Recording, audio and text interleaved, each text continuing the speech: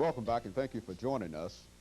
The show is Comments, and the topic tonight is the Harlem Renaissance, the art of Black America.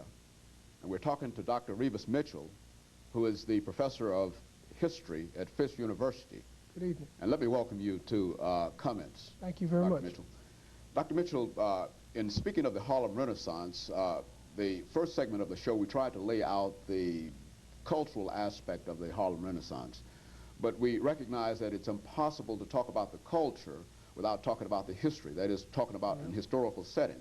Why don't you give us some information about the history of that period between 1918 and 1939 during this so-called Harlem Renaissance period? You're exactly right. Well, actually, the social political period, the close of World War I, you had black troops, black soldiers, you had black Americans returning from a war that ostensibly had been fought to make the world safe for democracy. Pivotal in that activity was the returning to Harlem of the 369th, the Hellfighters.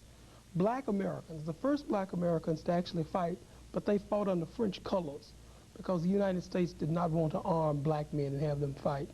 The 369th returned, however, to New York. They'd been decorated by the French, and there was a great feeling of pride that they had gone off and they had fought.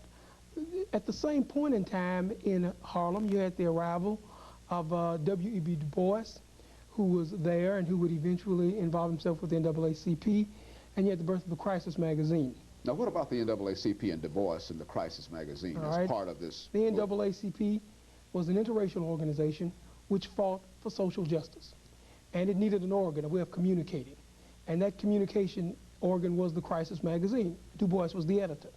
Within the Crisis, you had reporting of activities important to black Americans, lynchings, and there were a number of lynchings. You had social protest, but also within the pages of the Crisis, you had serious critiques of literary works, and you had art. At the same point in time, history provided that a West Indian, a man named Marcus Garvey, and Marcus Garvey was big on black pride. Marcus Garvey arrived in the United States, and he began to preach black economic self-sufficiency. Black pride, self-sufficiency, the organ. And to those thousands of blacks now in the South, and there was actually a period after the war of great repression of blacks, they said, where can we escape this? Well, what most of them knew was the Crisis. They had read the Crisis, and those who were gifted and talented began to center around Harlem in New York. Why Harlem? Why New York? Why New York? New York and Harlem and the arts community in Harlem and New York had seemed receptive to people of talent, irregardless to color. It's like the artistic and the creative community had always emphasized your talent. And Du Bois and the Crisis gave young writers a chance to demonstrate their talent.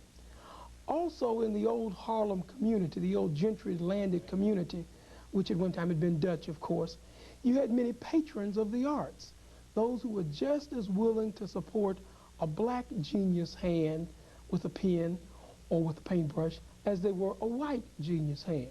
So again, Harlem becomes a dramatic focal point. You had a rebirth. In this case, the rebirth was that rebirth of genius which the African American had felt had been a part of his past, of his African heritage. Now, this is the Renaissance that we talk about. That's right, that's right, that rebirth. So at the same point in time in Harlem, you had music, you had art.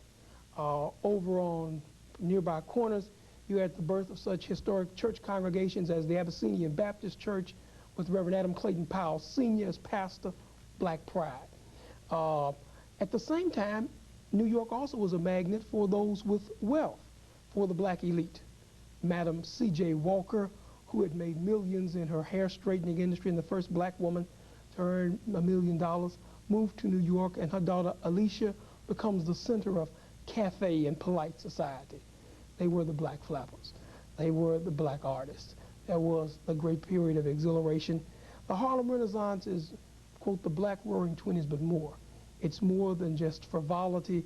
It's also serious, cultural, artistic, and aesthetic intent that flows. Who are some of the artists that you generally associate with that, and why do you think that they are important? Well, of course, James Weldon Johnson, because of his writings. James Weldon Johnson had earlier been a field reporter for NAACP, but later his expressions of black pride, his development of the Negro National Anthem, his autobiography of an ex-colored man, Langston Hughes, and of course County Cullen.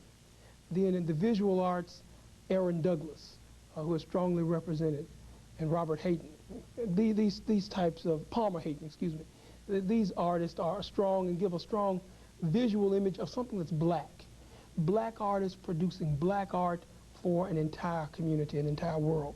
Finally, let's wrap it up over the last couple of minutes by saying something about the institution that you're now affiliated with and the role that Fisk University played in the Harlem Renaissance, because we do know that the founder of the Association for the Study of Negro Life and History, Dr. Carter G. Woodson, was also a member of the staff at Fisk, and several others. Why don't you talk about that?